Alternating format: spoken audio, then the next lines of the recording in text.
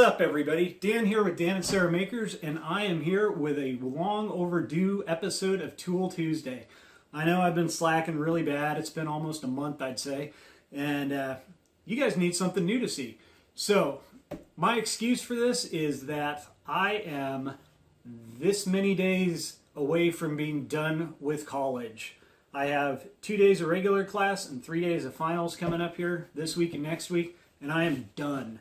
That's almost 5 years of college I've been in. The degree that I'm going into, very heavy on credits and classes, and so it takes a little bit longer than 4 years to get. So anyways, yeah, I'm a student, full-time college student. You know, I should be wearing that shirt that says college and run around, you know, being crazy. But instead, I'm making videos here. But I enjoy it. So, long story short, I worked in construction, obviously, for quite a few years, putting work in place, you know, swinging the hammers, raising the walls, doing the plumbing and electrical, all that good stuff. And as I worked and got further along in construction, I got put into more higher level positions of responsibility as foreman and superintendent on projects. And I really enjoyed the oversight of different jobs. So I got about as far as I could go with the background that I had, and to go any further, I needed a degree. So that's why I went back to college. Like I said, I'm 5 days away from finishing up with a degree in construction management. So once I get done with school here, I've got a job lined up already, and I am going to get onto the management side of running some pretty huge jobs. So anyways, well, helping run pretty huge jobs. Not just one person does that kind of stuff. But today, we are going to talk about the cat's paw. This is the tool that I showed you in my nail bag video that's done really well, so thank you for all those of you who have watched it and enjoyed it. Definitely, if you know anybody that might want to see it, send it their way. Let them see it.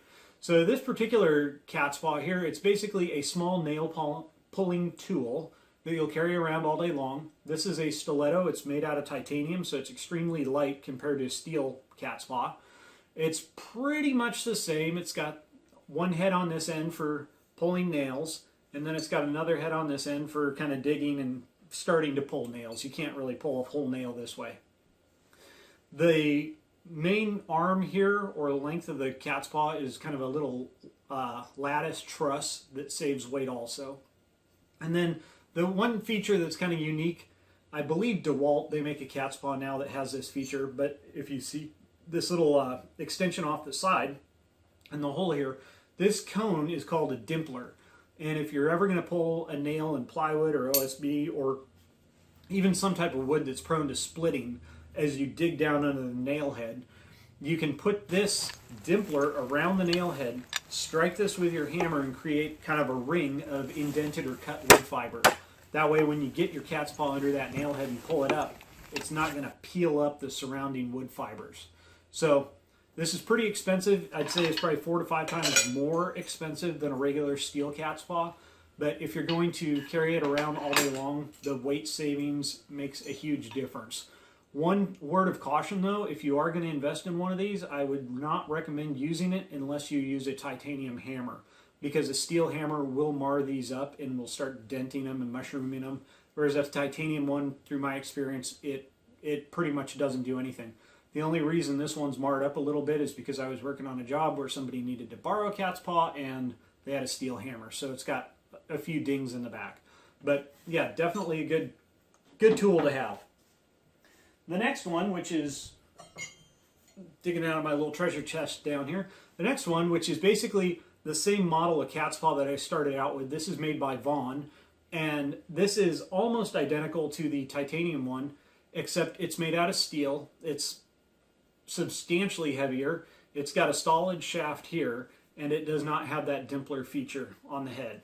But other than that, it's got the same type of heads on it for digging under nail heads, so you can pull nails with it. And it's just pretty much indestructible. These will, as they are steel, as you're pounding on either this face or this face, depending on which one of these heads you're using to pry a nail out or dig a nail out with, this will start to round over time, and you will need to go through and grind those edges smooth so you don't have any rolled steel, which is a little bit of an issue with OSHA regulations and whatever state you may be in if OSHA is not the predominant safety organization there. But that's a requirement safety-wise. You have to have all those little rolled edges removed. The next cat's paw that I have here is made by Estwing. And Estwing, they're the hammer company that has kind of that steel shaft that's like a real thin blade, which I talked about somebody almost taking their thumb off one time by overstriking. This particular cat's paw, again, it's pretty similar to the previous two that I showed you, but it's got some different features. The head on this end is very, very, very similar, almost identical. And the main difference, I would say, is on this side here. This particular end of the cat's paw is a very thin, narrow blade. It's very flat, and it's really nice at basically skimming over the surface of something and not digging in as much to extract a nail. Now, the reason that I got this particular cat's paw was because I use it to remove roofing nails and staples underneath shingles when I'm doing roof repairs.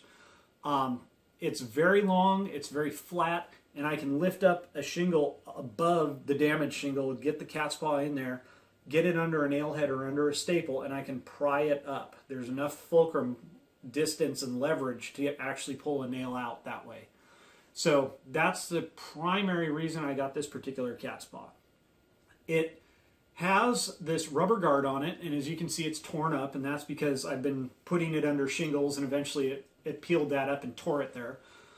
This rubber guard has probably, I would say, their one main use that they actually put this on here for is just when you're using a steel cat's paw and you're driving a hammer on it, hitting it with a hammer, you get that kind of ring or shock that transmits into your wrist and your arm and things like that, and can kind of be uncomfortable over time. So I would say that's probably the main reason that they put this rubber cover on it. I like it because, as I said, I bought it primarily for working on roofs. I like it because you set it on a roof, a composition shingle roof, and that rubber keeps the cat's paw from sliding down the roof. A regular steel cat's paw, it's all hard surfaces, it's very small, it'll start rocketing down the roof, and that's not good. The one drawback, though, of this rubber cover is that in my nail bags, and a lot of nail bags, if you have the nail bags where it's got a leather tube that the cat's paw is designed to fit into, this makes it very difficult to smoothly put your cat's paw into that or pull it out. So you're constantly fiddling with trying to get the cat's paw in, it gets stuck and it doesn't go in all the way, and you turn around and it falls out if you didn't pay attention. Or you're trying to pull your cat's paw out, you've got, you're holding something up, whatever, and you're trying to pull it out and it gets stuck and it won't come out. So that's one of the drawbacks and a couple of the features of my opinion of this rubber grip here. Another type of cat's paw that we have that's really common is this style here. It's basically it's all steel, it's got a hex shank or shaft, which is very similar to those big long, 24, 36 inch, 42 inch long wrecker bars. So it's very similar in that profile. The main difference is that it's bent and forged or like smashed out of one piece of steel to the shape that it is. It's got very large rounded ends on it, and they're kind of dished out. And the one thing that I'm not a big fan on is the fact that they flare out and they're really wide and round, which means when you are trying to dig under a nail head, there's a lot more width of material here trying to go under the nail head. So you're actually having to dig into or displace more material around the nail head to actually get down under the nail head. So it causes a little bit more damage to the nail or the wood itself. So I'm not a big fan of it for that reason. Also, it does flare out here, which makes it a little sticky putting it into and pulling it out of your nail bags. And for some reason, I always get the leather loop caught in between here. Not to say that they're bad, I just personally am not a big fan of it. This is the same style of cat's paw that was the very first one that I ever purchased when I was working in construction. I had a Dasco Pro, which is a brand. All their tools are all steel. They do a lot of punches. They used to have chisels. I had one years ago. Don't know where it went, but it was really nice for working in construction. Real durable, real heavy duty, and they're just a light blue color everywhere. This one's made by Estwing, which is the style of that chromed out steel cat's paw that we have with the rubber grip that I showed you just before this. So again, it's not too bad. It's durable. It's a little heavy again. It's all steel, and I'm not a big fan of the geometry of the ends here, but that's just me. I've got a couple other cat's paws here. Well, I'll call them cat's paws. They're kind of unique. They're specialty ones, and they're slightly different. This one obviously is an Estwing. It's almost identical to this big one here. But as you can see, it's got a wide flat blade on this side. It's also slightly curved. This is a cat's paw that is ideal for trim work, interior carpentry, things like that. It's not going to be something that you're going to put through loop in your nail bags. It's going to be in a bag itself, so you're going to just drop it in your nail bags and have to reach down in your bag, dig it out, and pull it out. It's very small, so you're not going to be pulling 8 penny, 16 penny nails with one of these things very easily at all.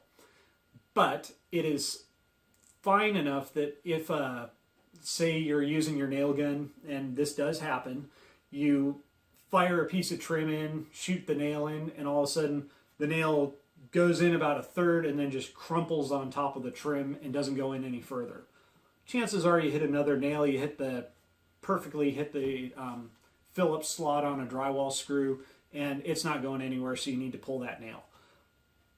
This is perfectly sized for that. I would recommend, though, having a door shim or something like that, a putty knife, if it's not a good one. Put that under the head of this cat's paw and protect your trim work when you pry that nail out so you don't dent your trim with this end of the head. This here is really nice because it is a thin blade, and that's really good for getting between trim pieces, baseboard, door trim, something like that, and prying it off. It's nice and wide, so it's going to roll on surfaces without indenting or damaging them quite as much. This also is pretty handy. Say you have a cabinet or something and you need to just kind of wedge it up or shim it or lift it or something. This is perfect for that kind of work. It's also nice if you've got windows set in an opening and you need to raise up one corner of a window to get it leveled in your window opening, or possibly getting a door jamb plumbed up or raise a door jamb on one side as you're installing it. So this is a pretty good tool for trim work. So that's kind of a specialty one there. And then finally, this one here is a roof snake. At least that's the name that's given to it. And this is made by Pack Tool. And Pack Tool is primarily as of right now, they do a lot of siding tools. So a lot of fiber cement siding, like hardy board siding tools, installation tools. But they also make this thing, which, best I can say, it basically looks like a cat's paw. This one's specifically for repairing roof shingles, comp shingles, just like what I use this particular cat's paw for. But this one is designed specifically for that. This end here is designed to go up under the comp shingle and either pry out a staple or a nail without having to, completely peel off the upper shingle, which in turn is probably going to damage that one, and you're going to chase it all the way to the ridge, which you don't want to do when you're repairing a roof if you've just got a couple shingles to repair. The unique thing about this particular tool, though, is on this end here, it's got this kind of, I don't know what you would call that, kind of a stair step thing here.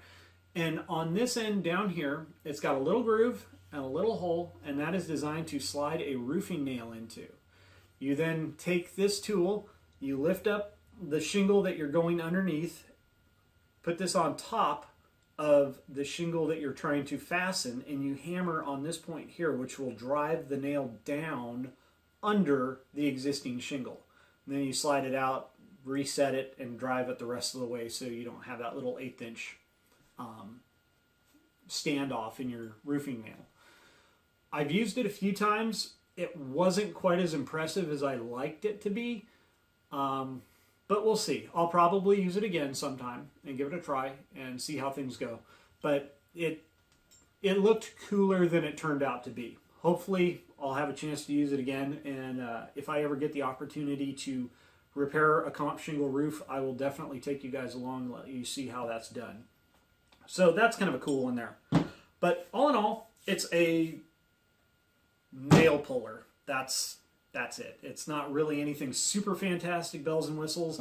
Obviously, paint jobs, rubber grips, aggressive names, cool styling, all that kind of stuff aside, it just pulls nails. And it does it pretty well. I know I've pulled, ashamed to say it, I've probably pulled many thousands of nails at the cat's paw.